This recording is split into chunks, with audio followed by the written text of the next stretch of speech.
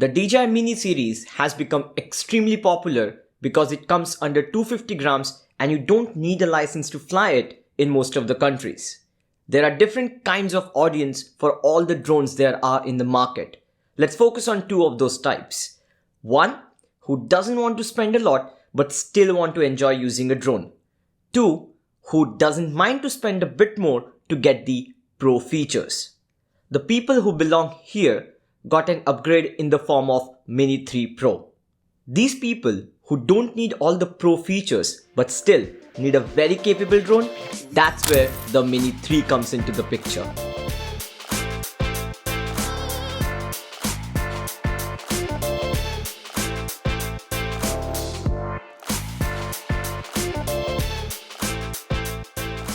Out of the box, it's very difficult to tell the difference and to distinguish which is the Mini 3 or the 3 Pro. Notice the shape difference right here. It's not only a shape difference.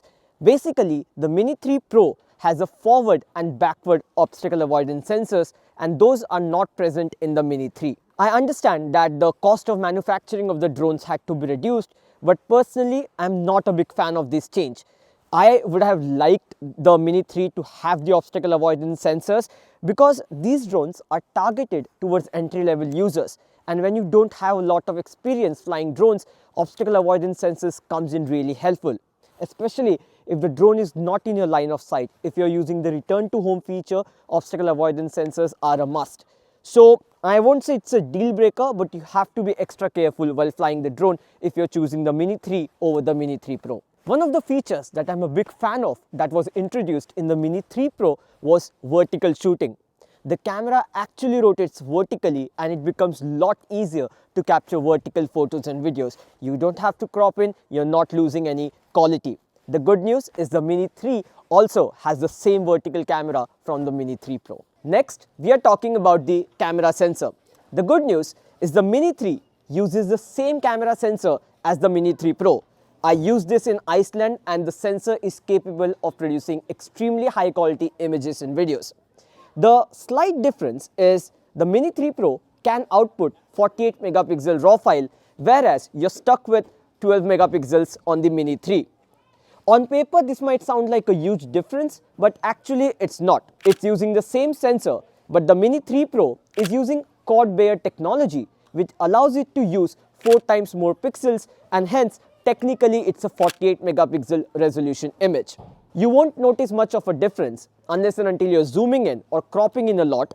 Obviously there is a slight difference. The 48 megapixel has the benefit of increased resolution, but other than that, even if you're shooting in low light, I would recommend to use the 12 megapixel option because that produces less noise compared to the higher megapixel option. In terms of video, both can shoot 4K high quality videos.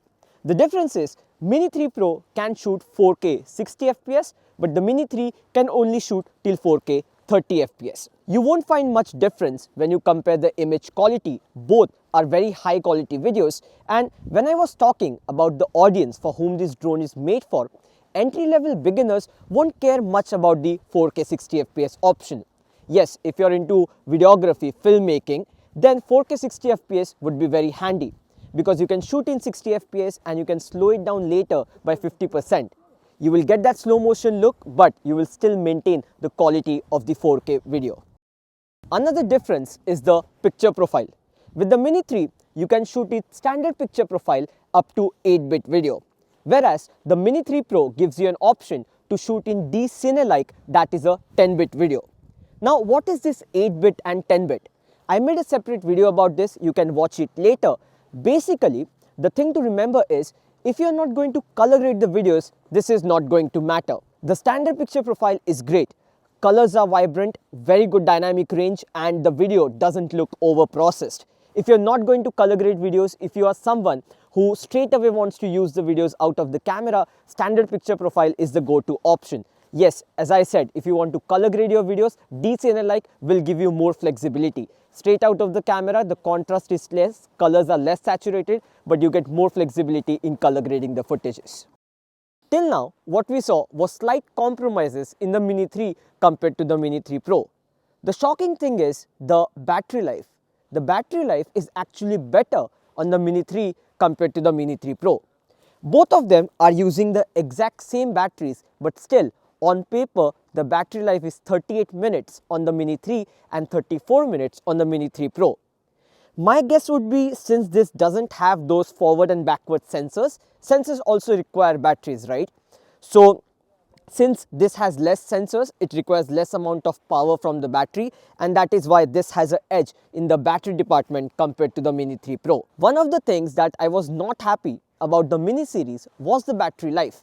When I compared this with the Mini 2, this was a huge difference compared to the last generation. I have flown this drone a lot of the times and the battery life did not disappoint me. 4-minute improvement is a huge improvement when it comes to drone battery life, and already the battery life is so good, so any improvement on that is a cherry on the cake. One of the features that I used to use with my Mavic 2 Pro and the Mini 3 Pro is the active tracking.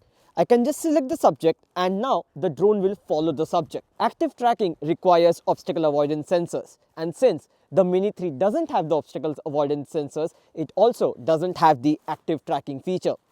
This can be a bummer for the beginners because active tracking comes in really handy to get those cool looking shots without much efforts. The live feed on the Mini 3 Pro will appear to be much more clear than the Mini 3 because Mini 3 is using OcuSync 2 and the Mini 3 Pro is using OcuSync 3. So you get a 720p feed on the Mini 3 and a 1080p feed on the Mini 3 Pro. There will be a difference in the quality of the live feed, but the actual video quality is not getting affected. So the question is which one to pick, the Mini 3 or the Mini 3 Pro? Whatever you pick, irrespective of that, don't shoot videos when it's this cold outside. Coming to the question, which one to pick, the Mini 3 or the Mini 3 Pro? The deciding factor is going to be the price difference. The Mini 3 starts at $469 US, the Mini 3 Pro starts at $669 US. $200 price difference is a considerable price difference when you're looking for entry-level drone. I believe if you're a beginner and you don't need the obstacle avoidance sensors, you don't need the 4K 60 FPS, the 10-bit video, the Mini 3 is a great option. Especially the battery life is going to be, I don't think in this price range you will get a drone that is this compact and can shoot high quality photos and videos with this great battery life. If you're someone like me who needs the 4K 60 FPS, who needs the 10-bit videos, and the most important thing, the obstacle avoidance sensors, I think the Mini 3 Pro is a better option. If you're looking to save some money, the Mini 3 won't disappoint you. It's a very capable drone, very similar to the Mini 3 Pro, and I have used the Mini 3 Pro a lot over the course of few months and I absolutely love it. It's my favorite compact drone. I can carry it anywhere. So anything you pick, the Mini 3 or the Mini 3 Pro, I'm sure you will love it. That's it from this video, guys. I hope you enjoyed it. We shot this video in really difficult conditions. My hands are frozen right now. So drop the like button, subscribe to the channel. Let's reach 1 million as soon as possible. I will talk to you guys in the next one if I'm alive. Bye.